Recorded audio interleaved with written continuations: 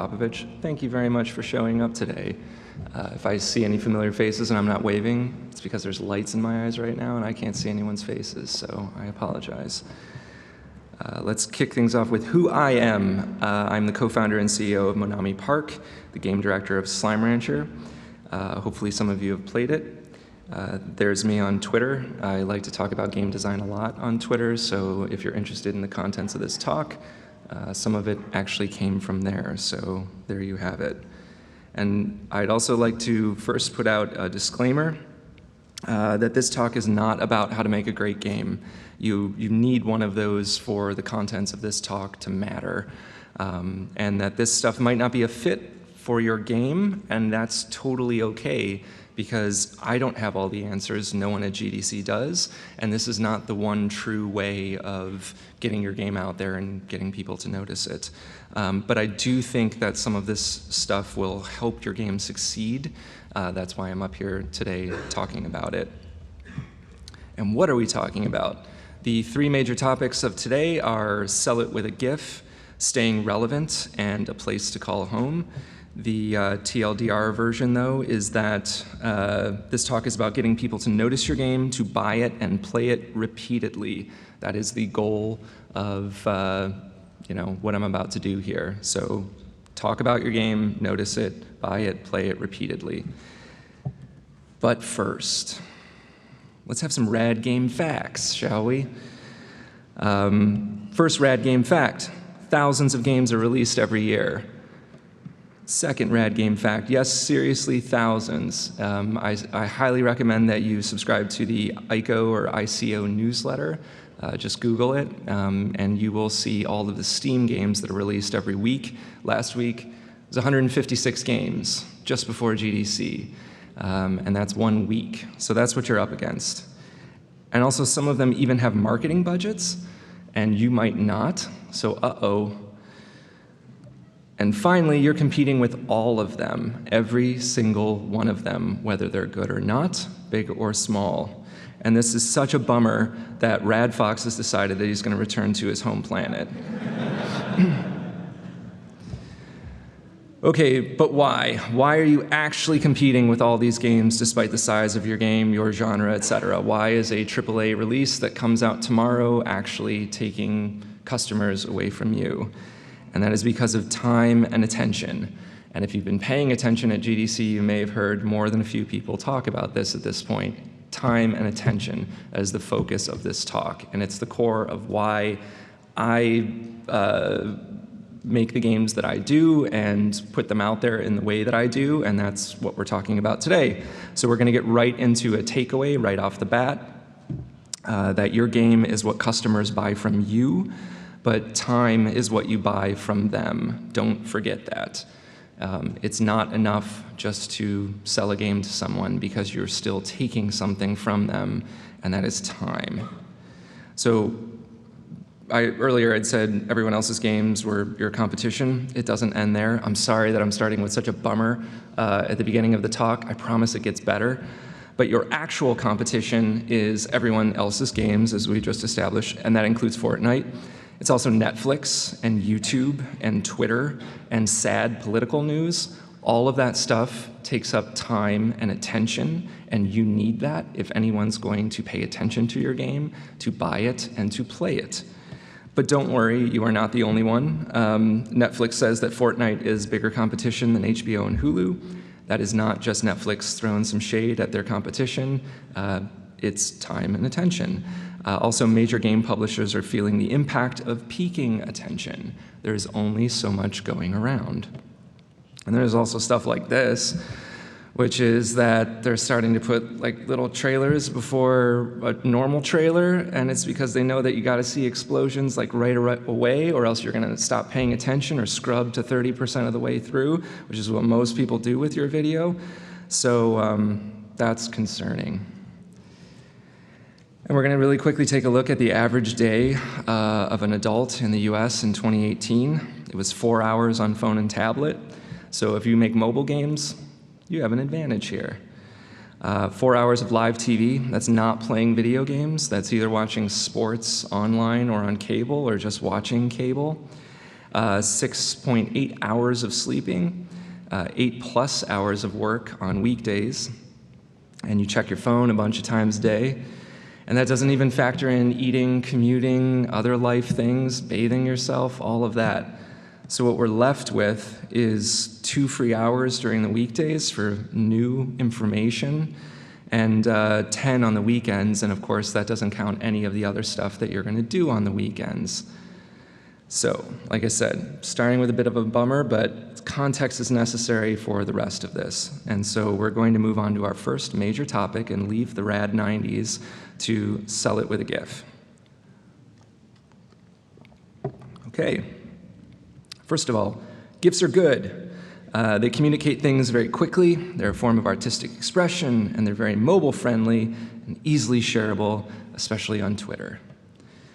And speaking of Twitter, did you know that 31%, or Twitter users are 31% more likely to remember content versus other online platforms? Use stuff like this to your advantage. Find that stuff out. But this part of the talk is not about best social media practices. So instead, we're going to jump right away to another takeaway, and that is, can your game design fit inside a GIF? Oh. So what do I mean by that? Can you present your core gameplay loop in a GIF? That is the thing that the player is doing over and over and over. Usually it lasts about 2 minutes. Can you show that in the span of 5 or 6 seconds? Can you show the killer app of your game in a GIF? And that is the feature or the must-have or must-see thing that is going to drive people to buy your game or to check it out or at least want to know more. This might be because you can't show your core gameplay loop, but you can show that one powerful moment. If you were Jurassic Park the movie, this is the T-Rex. The T-Rex is not the focal point of the story, but it sure as hell put people in seats to see that movie. It can't just be explosions unless your game is really about that, and that's at its core, because we've seen explosions before. In the case of Jurassic Park, we hadn't seen a T-Rex like that before. So what do you have as a killer app? Can you teach someone to play your game in a GIF? This one's amazing. If you can manage to pull that off, it doesn't have to be every single step of the way, but if you can give someone the gist of what it is to play your game and they can understand it and they can start picturing themselves playing your game, you have just won an enormous battle. You've walked right through a 1,000-foot firewall and you're on to the next step of engaging with your customer. Basically though, what it comes down to is, can I get your game in a GIF? Can I see it and can I get it? I might have questions. Questions are fine. But does it answer something? Does it answer something material? That's what you want to be able to execute on in a GIF. We set out to do this with Slime Rancher. We were inspired by what I saw with Spelunky, how it was able to really clearly communicate itself in the form of a GIF. And so we knew we had to do that. The landscape was rapidly changing when we were developing it. And you may have heard this term before. It was coined in Stranger in a Strange Land, and it's called grok. People in game development use it a lot, often grokking a game. And it is to understand something intuitively or by empathy. You are establishing like an emotional rapport with something. And oftentimes we use it in game design when we say, player has grokked your game. They're really into it, they really get it, they're in a position where they can evangelize it, and they're willing to put up with, some bullshit basically in order to get more of that experience because they bought into it.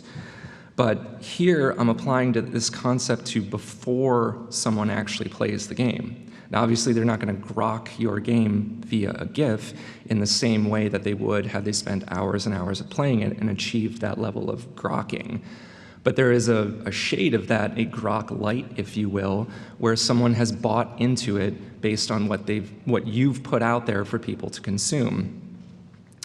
And so really it comes down to, what do you want the player to feel? And I think this is an important question, as an aside, to ask that about every aspect of your game design, everything that you're putting out there. But this isn't just about emotional context in the narrative of your game. This is about, Do you want the player to feel frustrated at various points in the experience? Do you want them to have an overwhelming sense of freedom? Every decision that you make, every feature that you put in your game, you should be thinking about what is the emotional context on the part of the player here? What do I want them to feel? Well, why would you stop with your game design? Why wouldn't you think about how that relates to how it shows to people on social media in the form of a GIF? People make GIFs of their gameplay all the time. They make trailers, but are you asking yourself, what is it that I'm looking for the person looking at this to feel in response to it? Because that might change what you decide to show, and maybe it might change the kind of game that you're making if you can't answer that question. So always ask that question. You should always have something that you're trying to say. And if you don't, you're just another game. You're just another entry in a genre if you're not saying anything different. So the reason this is important is, as we've previously established, everyone is distracted all the time. The 90s segment taught us that. And we have a finite amount of time and energy to care about new things, your game included. So the more time and energy is required, the harder the sell. And I don't even just mean a game sale. I mean to care about what I just saw and maybe want to know more, or to pay attention the next time I see that. So basically reduce time to grok as much as possible. So if you were selling burgers, for example, to use a non-video game example, and you just set up a stall and you were making burgers, you didn't put up a sign, you didn't put up a menu, you didn't put up anything, it's going to be really hard to sell those burgers until you put up a sign that says, burgers for sale. Now I have context. I know what it is that you're trying to sell. But if you could then provide a picture of your delicious burger that you're trying to sell and some reviews, you're answering questions that people might have. Even if it's just in their head, you are giving them knowledge, and that's what's going to lead to either wanting to know more or a sale. So let's look at some games that do this very, very well. And since I just mentioned Spelunky, I'll start there. Spelunky, here's a GIF of it, shows you everything you need to know about this game in the form of a GIF. If you were my dad, you might look at Spelunky and say, this looks like Indiana Jones meets Mario. What is it? But Spelunky shows you that it's a bunch of systems that are overlapping that generate experiences. This is just one GIF. Any number of GIFs of Spelunky are going to show you different outcomes. You may be looking at the same level, even though they're generated, and seeing those different outcomes. And so as a player, I'm looking at this now, and I'm thinking about all the different permutations of things that can happen. It also does a really wonderful job of having fun by failing.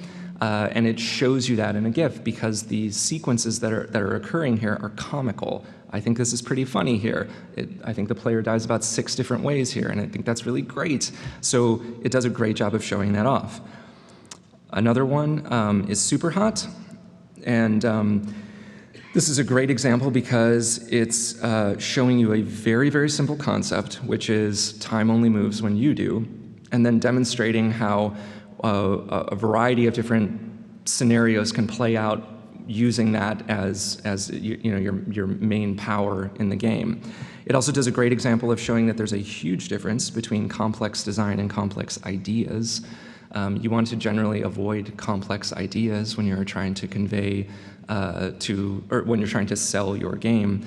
A perfect analog to this is in terms of simple idea but complex execution would be Portal. I think that's probably the master class in this, where you can very, very simply see in the form of a GIF 2 different portals and seeing what that means to you as the player, and then your mind just starts racing with all the different things that you can do. If you, much like Superhot or Portal, can get a player to start thinking about how they might play your game, it's a huge advantage that you have. I would actually relate this to how I used to learn about games when I was a kid 9,000 years ago and opening up Nintendo Power, and that's all we had. We had screenshots to go by and really bad descriptions of those screenshots. So you would make up in your head what this game could possibly be about, and you got yourself excited with lies that you were telling yourself, and that's okay. You might start thinking about the different scenarios in Superhot or the different weapons that you might have, and that might not actually be in the game, but that's okay because you're getting your potential customers' imaginations excited. And those are the kind of things that you want to be able to do with your game. So if you want to make games that people get quickly, avoid complex ideas, but allow for complex design or execution on those simpler ideas. Speaking of a simple idea, Rocket League, it's cars that play soccer. But if I just told you that and you had never heard of Rocket League before, there's probably a very awkward version of soccer that you're imagining. Little did you know, it's like rocket-powered Matchbox cars that are also part ninja. And I think there is not a lot in Rocket League in terms of the moment-to-moment gameplay. It's some cars and a ball and 2 goal zones. But you can see that there's a number of different ways that that can play out, and it's exciting, and it gets right to the point, and it's a huge hit. Something a little less elegant, Human Fall Flat. I really love this one. Because it's a kind of very different approach. It's showing you awkwardness and silliness, and comedy is great for GIFs and makes it very shareable, but there needs to be room for extrapolation. If you just show a joke, if your game is the Wile E. Coyote, getting the dynamite blown up in his face, it's a great joke. But if there's no way that I can understand how that relates to your game or how that might create interesting scenarios, I'm left with nothing other than a great joke that I share just like I share a bunch of other stuff online. So with Human Fall Flat, in part because I understand video games and that's a protagonist, I know that, it's telling me that mundane things are being done stupidly in this game. And especially if I buy into it and watch a couple other GIFs or check out a trailer, I get that immediately. And I've done mundane things before because I'm a normal human being, and doing them stupidly and without consequence sounds really exciting to me, so I'll bite. Next, Subnautica does a great job of showing you a single breathtaking moment, its killer app, which is diving below the surface of the sea and seeing a massive, mysterious underwater world for me to explore. It has a huge advantage in that there just are not a lot of underwater games, so it stands out in that regard. It's also beautiful, and it has that mystery element to it. I want to know more, I want to see more. So Subnautica came out when there were a bunch of other survival games, but none of them were underwater. A lot of them you were, rubbing rocks together and stuff in a muddy forest somewhere. Subnautica was different. It was gorgeous and beautiful and bright, and I think that contributed hugely to its success, all of which is communicated in an image or a GIF. Next is Factorio. I love this one. I think it gets you very excited to play the game, and it's showing you scale of things that you can do in it. You can see machines that are working together with one another, and I don't know what the goal of the game is, but I bet you it's to do big stuff and continue to do more and more of it, and that's very exciting, and I want to build stuff like that. But there's a few key points about what Factorio decided to do, which is that it shows known machinery, like oil derricks and spaceships. And I think that's really important, because the game might take place on a planet that you've never heard of, and the point of the game might be that you're building this to defend yourself against, bug people or something like that. But it's showing me things that I can understand, and I can relate to what I'm seeing there, and so it acts as a sort of inroad to me understanding more about this game. If everything were just alien machinery, I wouldn't get it as well as I do with what you're seeing here. For example, if Rocket League was not cars playing soccer, but it was UFO-like things hitting a Nova cube through space or something like that, and it was still soccer, it would be much less grokkable for people because I don't know anything about that. So I kind of get that we're playing soccer here, but if you can give me something that I understand, that path to having more knowledge is a lot more open for me as a potential customer. Next is They Are Billions, which does an amazing job of showing you scale and quantity.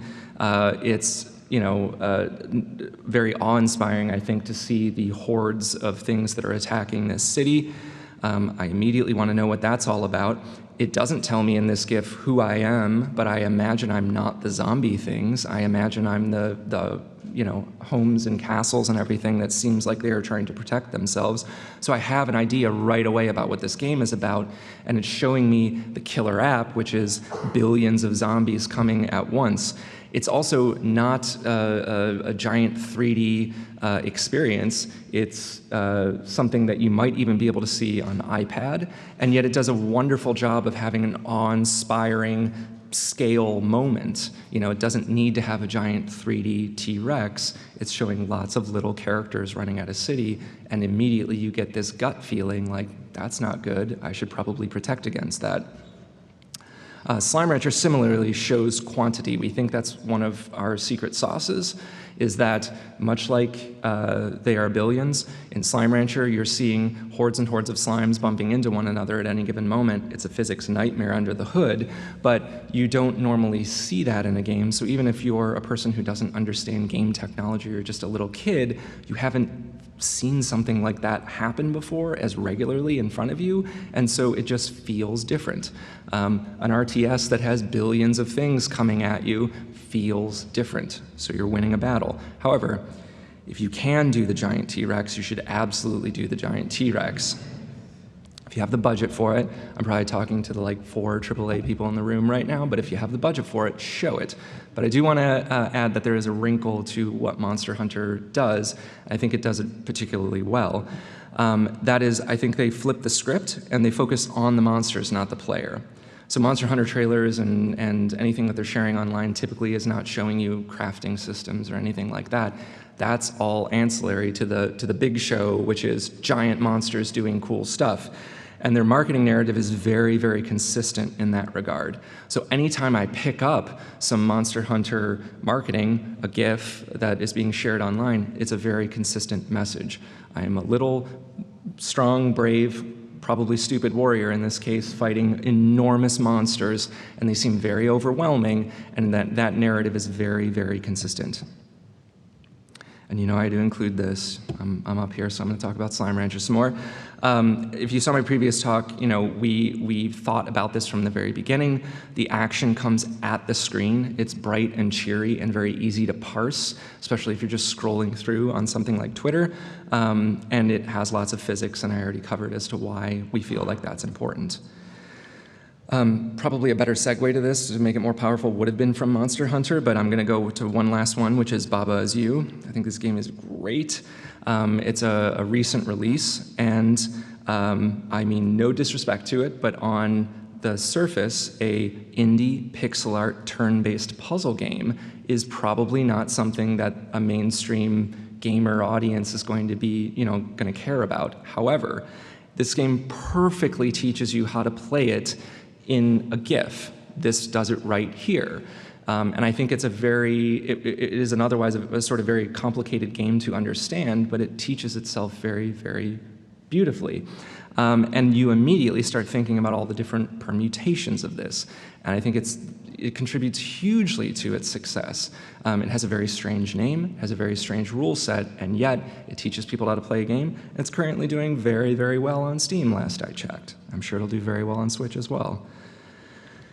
But I just want to play devil's advocate here and say that plenty of best-selling games don't do this.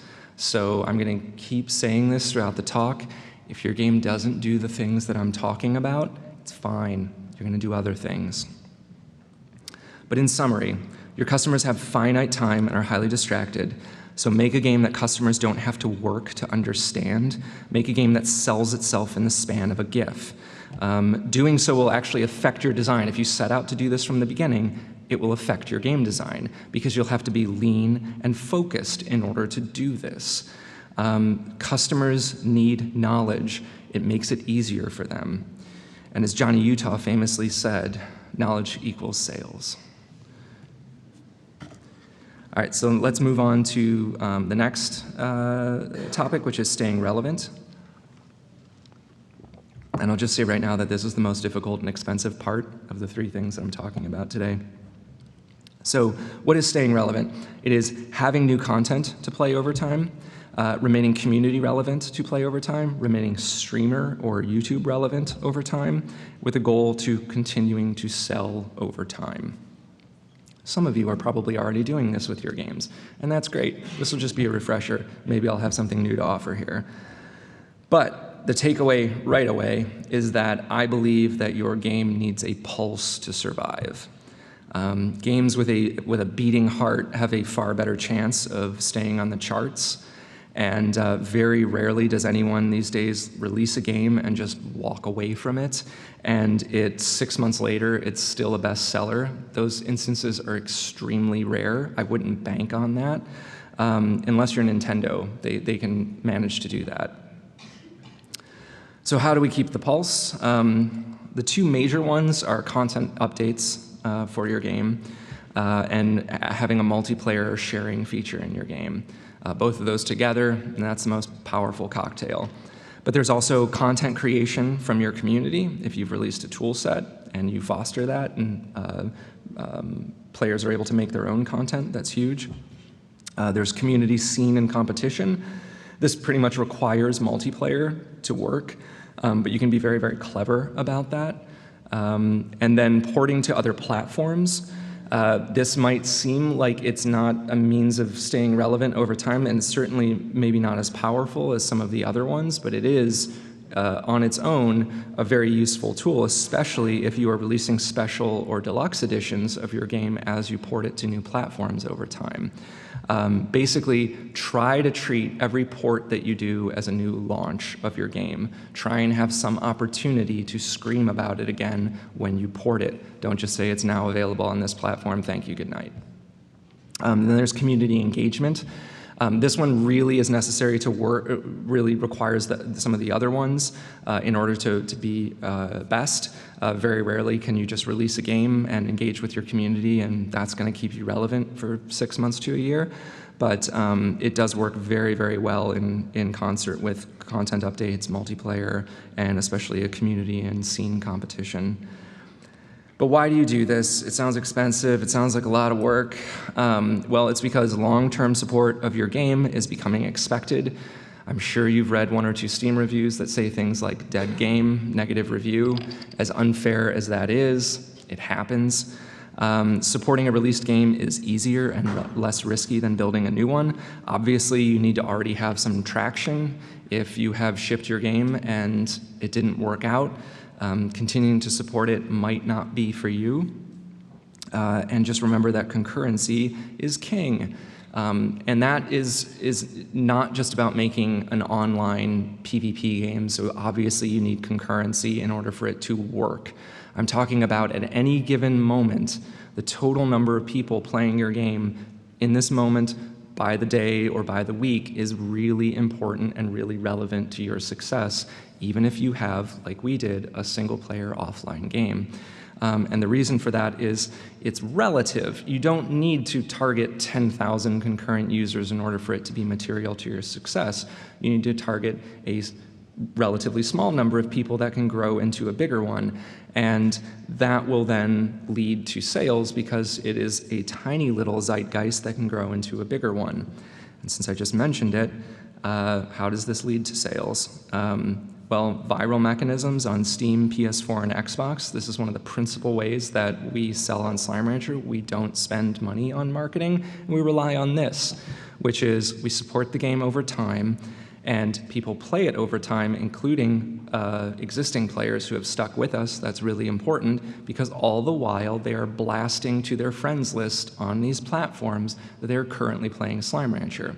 And if you're the new, release for today, and you have some of your friends are playing that game, you're gonna hear about it. It's gonna pop up in their friends list. You're like any other game that's been released, and I might pay attention to it. I might not.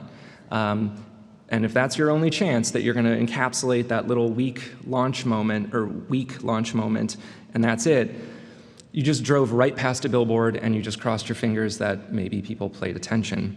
But if you keep beating that drum and releasing new content over time, and people keep blasting to their friends list that they are currently playing your game, eventually, like a billboard that you drive past to work every day, they see it, and now they're finally paid attention to it. Now they maybe remember the name, and now they're associating with this game that their friends seem to play a lot of, and finally it just sort of worms their way into their head, and they're familiar enough with it that they have that little bit of knowledge, and it could lead to the next step, which might be a sale. It might be wanting to know more and reaching out to their friends, or at least looking at the game page, but it is a step. It's very important, and you earn those by doing long-term support.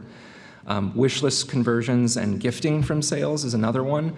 There's a constant churn of your wish lists that, as long as you're doing things right and you have a game that people want to play, you will just get a constant churn of people converting on your Steam wish list into sales over time, though.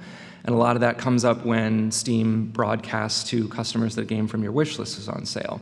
Well, if they vaguely remember it, don't remember it, or something like that, it's going to be a much harder sell. If it's that game that they have now passed the billboard many a time and their friends are still playing it, maybe now is the time.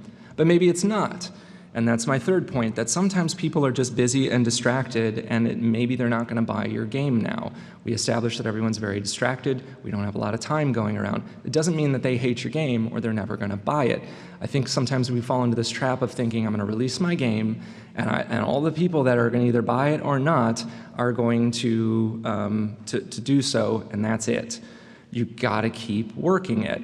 And I've backed things on Kickstarter that I've never even played. That's the situation that we're dealing with. Don't just be another entry in someone's Steam library. So the other final point is just joining the bandwagon and discussion. This is why concurrency is powerful. It's because then there are people talking about your game, and if you can get people talking and sharing things like a GIF on social media, then we're all part of this discussion. It's a much easier sell if the customer thinks that there is momentum behind it. And some of that you can kind of generate on your own by just pushing that out there, let's say in the form of GIFs on Twitter, or by supporting your game and having people blast it to their friends that they're playing your next content update, playing it. You're generating your own buzz in people's friends' networks. So in summary, I hope you noticed, by the way, that the tomatoes have been growing slowly over time. We put some effort into that. Your game is a garden, nurture it. Stay relevant by doing the things that give your game a pulse, and keeping a pulse keeps you selling your game. Okay? Then you can enjoy delicious tomatoes. Final section for the talk is a place to call home. And so we're going to kick things off, instead of a takeaway, with a question. Have you ever sat down to play a game and not chosen a specific one because you can't recall where you left off, the game is stressful or difficult, and you were looking to relax? You know that you will need to find a group, like a multiplayer game, or you remembered that you were stuck on something. I'm sure many of us have done that, and that is as a result of friction. All of that stuff is friction. And so now we're going to get right away into a takeaway, which is that friction kills. Friction being a killer is well known in game design. We often think about this, though, in terms of game systems and game experience. So it is after the player is playing the game.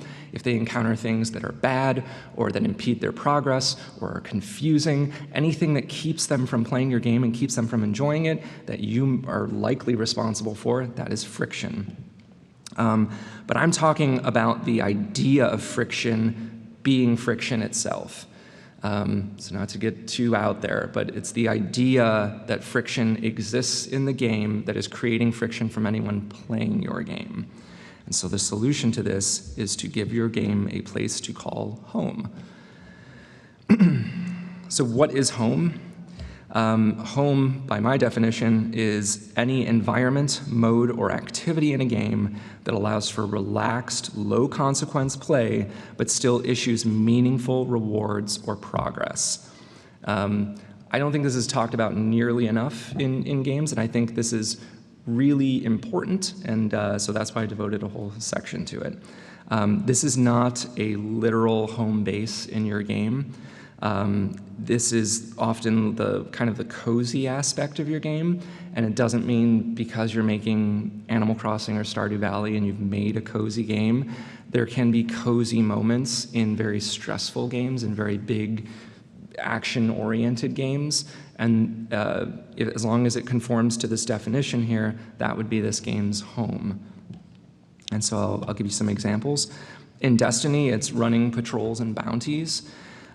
So this is an activity that is available to you at any time. I'm sure everyone's familiar with what this is, but just in case you're not, you're allowed to drop on a planet. You're not doing any one specific mission. You're kind of wandering in open world, and things will happen in front of you, and you can choose to engage with those things. And you also have a little quest list of things that you can be doing. The rest of Destiny content is PvP and high-stakes missions and raids, and it's all a higher tier of play, a higher form of commitment to playing Destiny for that evening. So you are able to, in Destiny, by running patrols and bounties, to wait for friends to come online or finish the activities that they're currently engaged in. And you're not staring at a matchmaking screen when you're doing that. You're wandering around doing your own thing. You might be waiting for a raid group, but this acts as a first tier of play commitment to those other tiers that I mentioned before.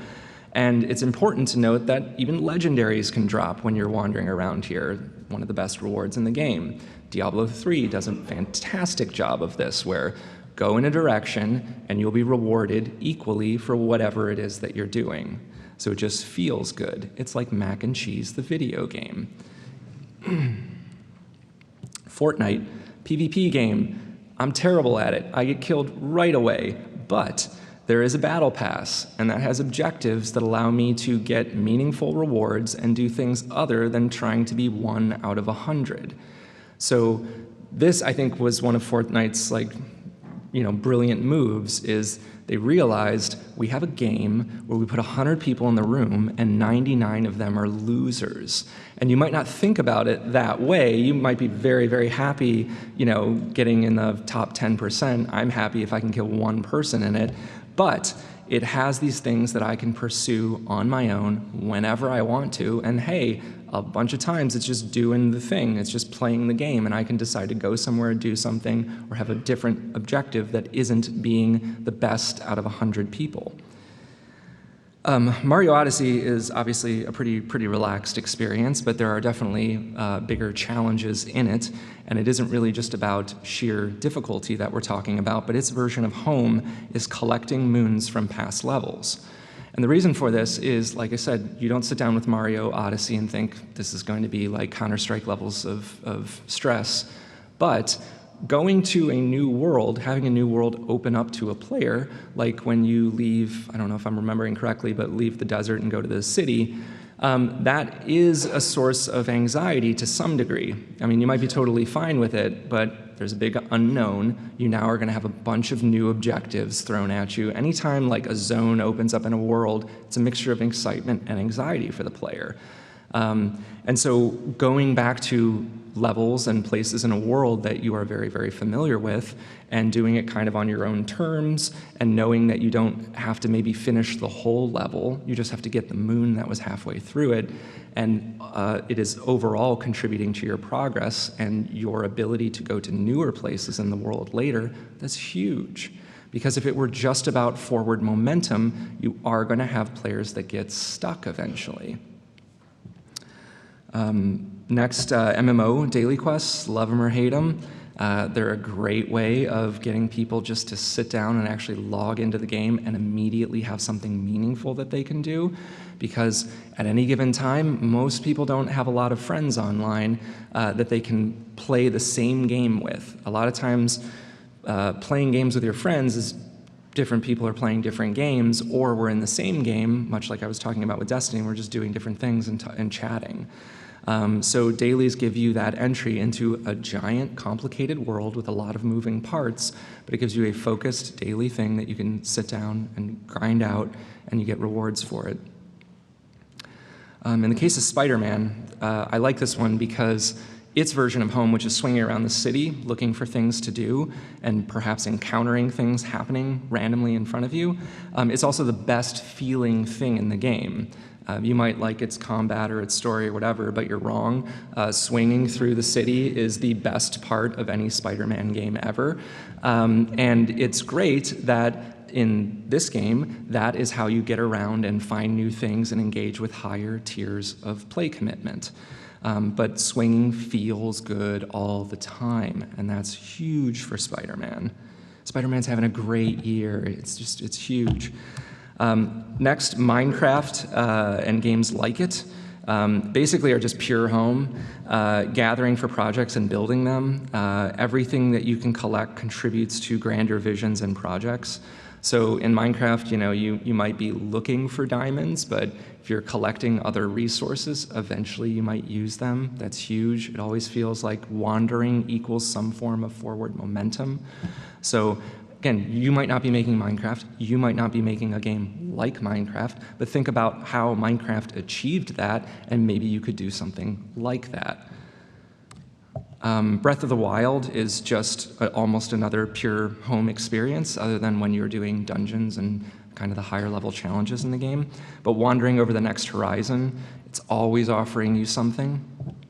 And unlike a game like Skyrim, which allows you to wander over the next horizon and encounter whatever, shrines in Zelda are great because I personally, I'm not usually wild about doing them, but they are something in the environment that I can either bookmark or do right away, and it's going to give me overall further progress for my character. And that's very material, whereas when I wander into a cave in Skyrim, for example, there might be loot, there might be spiders, there might be bears and spiders.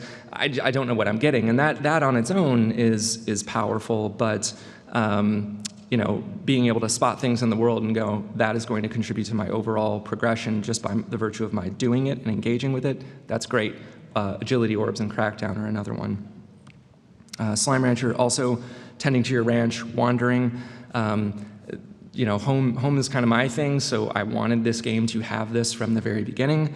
I always kind of think of the games I make as like little gardens of play and not a series of challenges. And so this comes very naturally to the experiences that I want to create. The next game I make, I guarantee you there will be some version of home within it.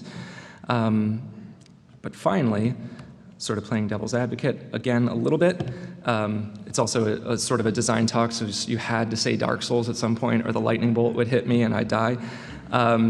So Dark Souls doesn't really have home, but I wanted to bring this up because you might not have an opportunity to introduce home in the way that I've defined it in your game, but Dark Souls does have a kind of version of home. It's kind of like a campground that you visit on your journey that you leave behind. And that is, Dark Souls can be very challenging and punitive. When you collect a bunch of souls and you die, you lose all those souls. So, that first level of anxiety is, I have a bunch of souls and I just lost them. Now we bring that anxiety up to another level, which is all of those souls that you had are sitting over there by that giant dragon. You have one shot to get it. So now the anxiety has peaked for the player at this point. We are nowhere near home at this point. Home is a distant memory and it's burning and you could smell the smoke. But if you die then, if it's catastrophic failure, what do you get? You've basically cashed out. Now you have 0 souls and you're back at the hub. And that's a huge freeing moment for the player because now I can go anywhere I want and do anything, and unlike before, there are 0 consequences to my actions. So I can decide to try that boss again and know I can maybe experiment with a new tactic this time. I can go and find loot hidden away in dangerous places that I permanently get to keep. Or I could just explore and do whatever. I could try something wild. And then eventually, I'm going to accrue a bunch of souls, and I'm back to that anxious moment again. But it's key that Dark Souls routinely, because that dragon's going to keep killing you, is offering you this moment of reprieve. And it doesn't matter if you're making a really challenging or obtuse experience or something, if you can find ways where you basically release that steam valve every once in a while for the player, it's going to be hugely beneficial for your experience. So let's get into why players respond to home. I think I've already kind of touched on this a little bit, but games are recreational, and home basically allows you to relax. We're accustomed to visiting platforms and exploring for content like Steam, Netflix, and Twitter. You might call this a bit of a stretch. I kind of agree, but I think there's some truth to it.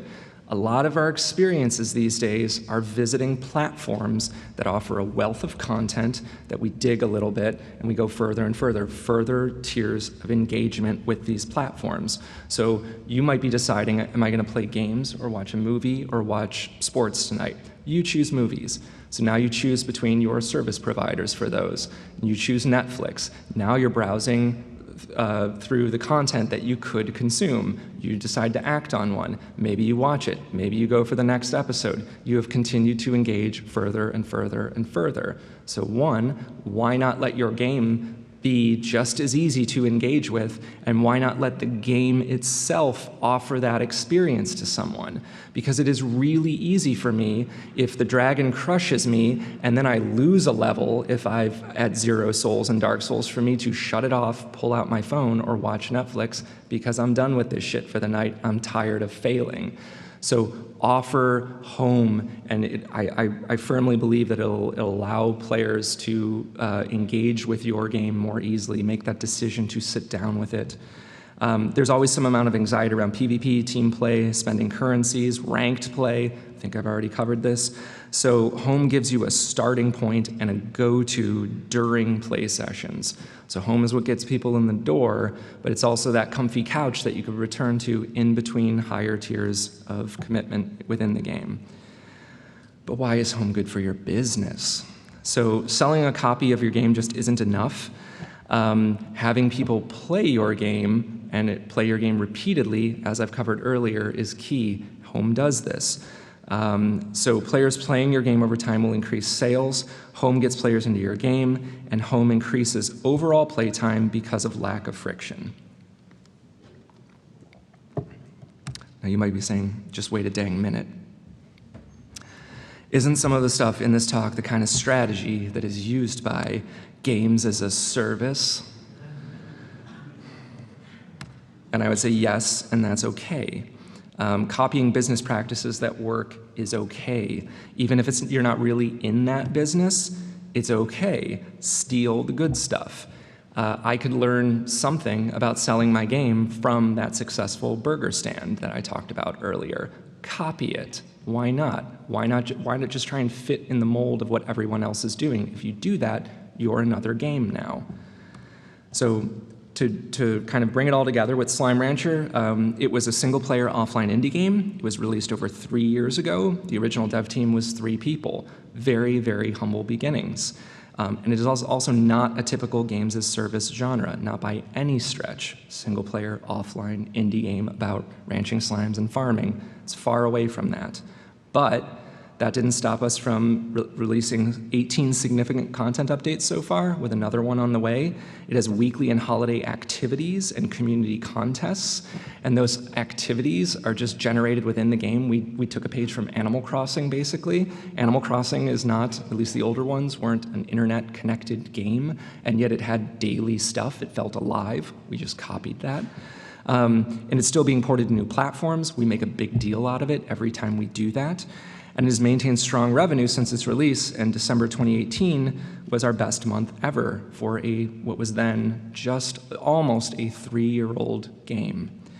And I basically want to say that I'm practicing what I preach here. It sells itself in a GIF.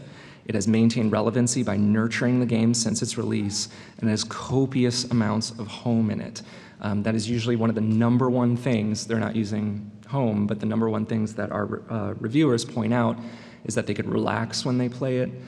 It feels cozy. And again, you do not have to have a bright, warm, and fuzzy game for this to work. You just have to elicit those feelings. Again, what do you want your players to feel? Do it.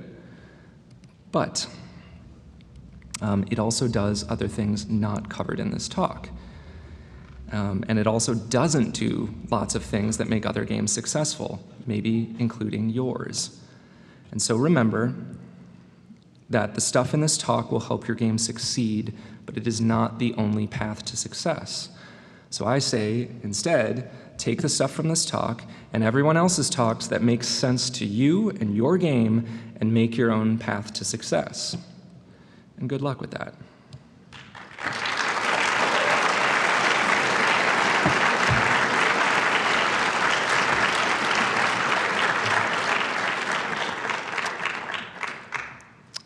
So he's back. Thank you very much. I want to thank Ray and Kara who helped me put this talk together, and everyone at Monomi Park. I believe there is some time I could take some questions.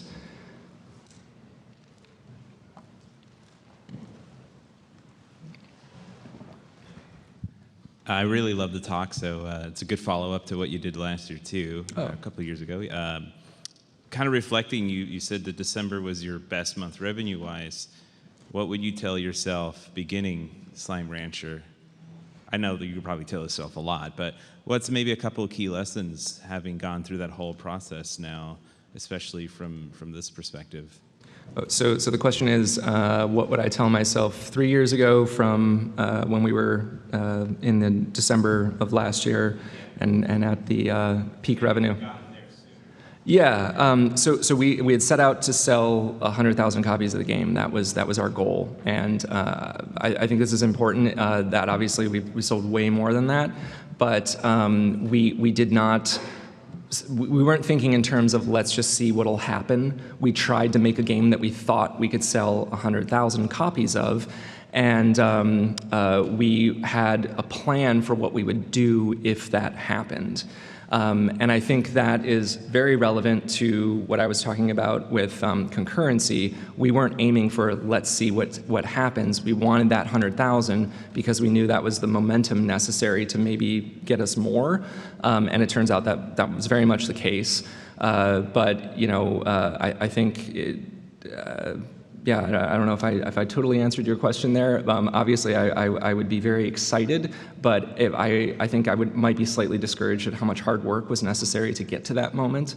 You know, working at the long-term support, nurturing the game, it's a very, very difficult thing to do, and we just had to stick at it. You can't get bored and want to make your next game. You just have to keep selling. So, next one. So a question about how to make an effective GIF for telling your game. If your game is based around mechanics which are not represented visually very well, like a sound game or an audio game, or something that involves creation of intangible things, can you think of a way to kind of work that into a GIF? Well, GIF is a visual medium with no audio, so you know, as I said in the beginning in the disclaimer, this just might not be for you, but certainly that's a very unorthodox experience. So immediately, that's a firewall that you have to be able to somehow get people to walk through. And so it's really on you to think, what is the shortest path through that? And yeah, I think a lot of this, because in relation to a GIF, it's visual, there isn't a whole lot that we can do with just pure audio.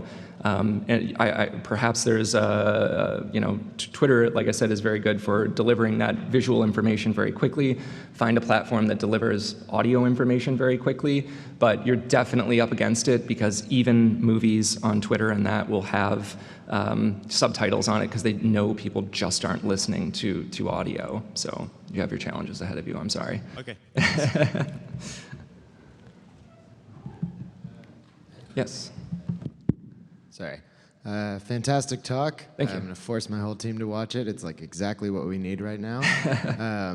Specifically about the GIFs, I was wondering if you could talk a little more about the creation of them, like literally what tools you're using. Are you recording actual gameplay, and then how long it takes you to edit it and put it together, and just the production of the GIF, what's the effort and tooling that you're using to do it?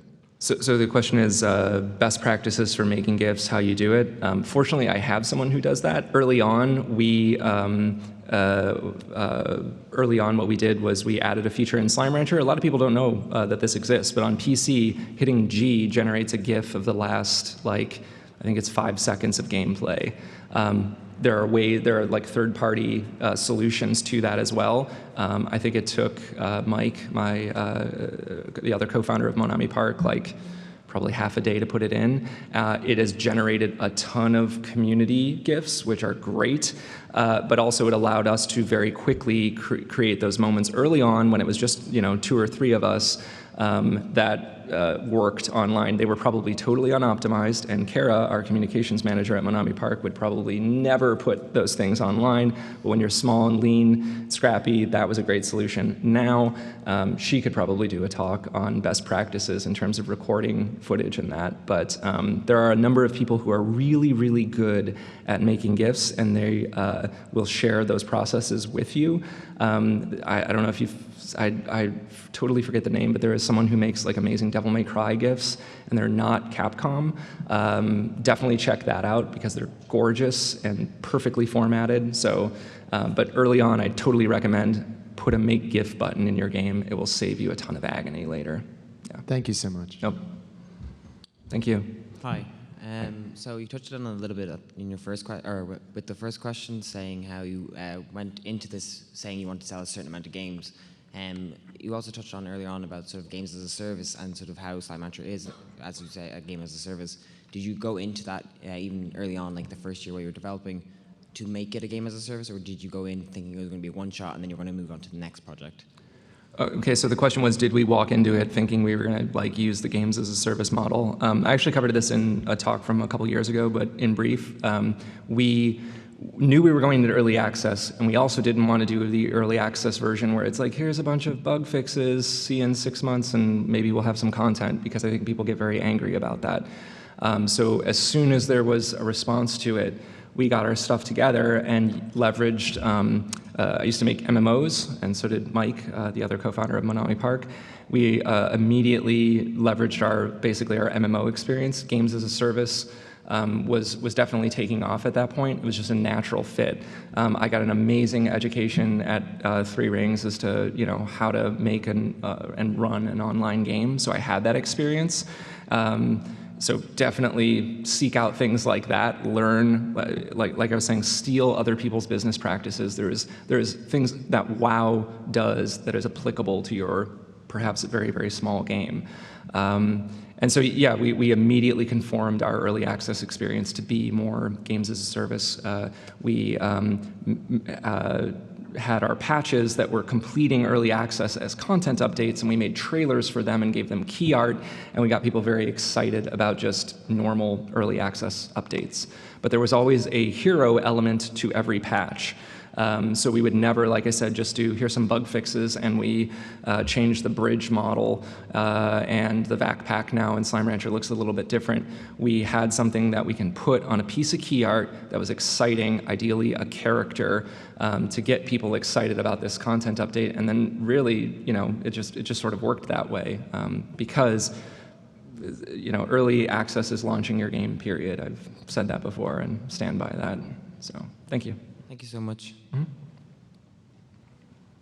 Hey, Nick. Hi. Thanks for the talk. So on the topic of home, do you always design for your personal sense of home, or do you ever try to create a generic sense of home?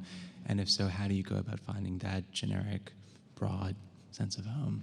So the question is, do I design for my own personal taste of home or a broad one? I think it's a bit of both. Which is probably not what you were looking to hear.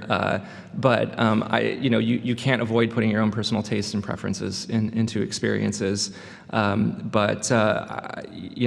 terms of the generic sense of it, I think there's some very easy things to do, which is just basically sticking to the definition that I put out there. Features that aren't punitive, relaxed play, getting someone to stay for as long as they want to. That is something that I really value. I really hate it in games where it tells me mission complete. I know this is definitely a personal preference, but I don't want anyone telling me when the experience is over. I want to in Destiny go up to orbit when I feel like it. So for me, that's a huge part of my personal taste, is just it's freedom, it's not taking control away from the player. I like that. That's my jam. Okay. Oh. Hi, first of all, gonna thank you for the talk, and then I have a question regarding the topic of nurturing the game. So I want to ask, what do you think is the optimal frequency of pushing out the significant updates? Because there's risk that players do not like the new updates, and there's risk that the player have not fully digest the previous updates. So what do you think is the optimal frequency to push this significant Sure. updates? So the question is, what is the appropriate cadence of content updates when you're nurturing your game? So you've committed to long-term support. You're going to release content updates over time. Again, I think that varies by game. One of the ways that you can figure that out is you look at your tail. So you release your game, even if you release it in early access, you're going to get the bump. And it's great to be up here. And then eventually it goes down. And if all you've decided to do is release your game and walk away from it, now you're here. You've exited the peak and you're in the valley probably forever until you put your game on sale. And then just like a roller coaster, that bump is never going to be as big as that first one. That's actually how roller coasters work, which is super cool. And I didn't know that until relatively recently. But anyway, so look at that and release your content update, see what it does to the bump. And then you have to determine for yourself how deep and how wide do you want that valley to be. But if you've done an effective update, you can get a data point where you say, you know what? We must have filled that valley full of dirt in the last update because the valley is now higher than the valley used to be. And that's the critical bit of information. If what you did makes your bottoming out higher than your previous bottoming out, and it looks like it's going to stay that way, you have done something effective to build value into that game. If what you get is an exact replica of what you had before, maybe that's fine because the peak equals the effort at least that you put into it. And the reason breaking even there is a victory is because you've built now value into that game for the new customer. When we're working on Slime Rancher, we think about what are our current players going to want and what's going to get them to keep playing the game, but we're constantly thinking about the newest customer. And so sometimes we add a feature where we realize our existing players chew through it very quickly, and it's because they only focused on doing that one thing, and that's unfortunate. But then other times, with that same example, they are able to, a new player is able to experience that and other things whenever they want. So, yeah. Can I? Okay, I'll just take one last question. Is that okay? Yeah. Oh, okay, I'm sorry. I think we're wrapping up. I'll take your question after, yeah. So I'll hang outside if anyone else has any other questions. Thanks again.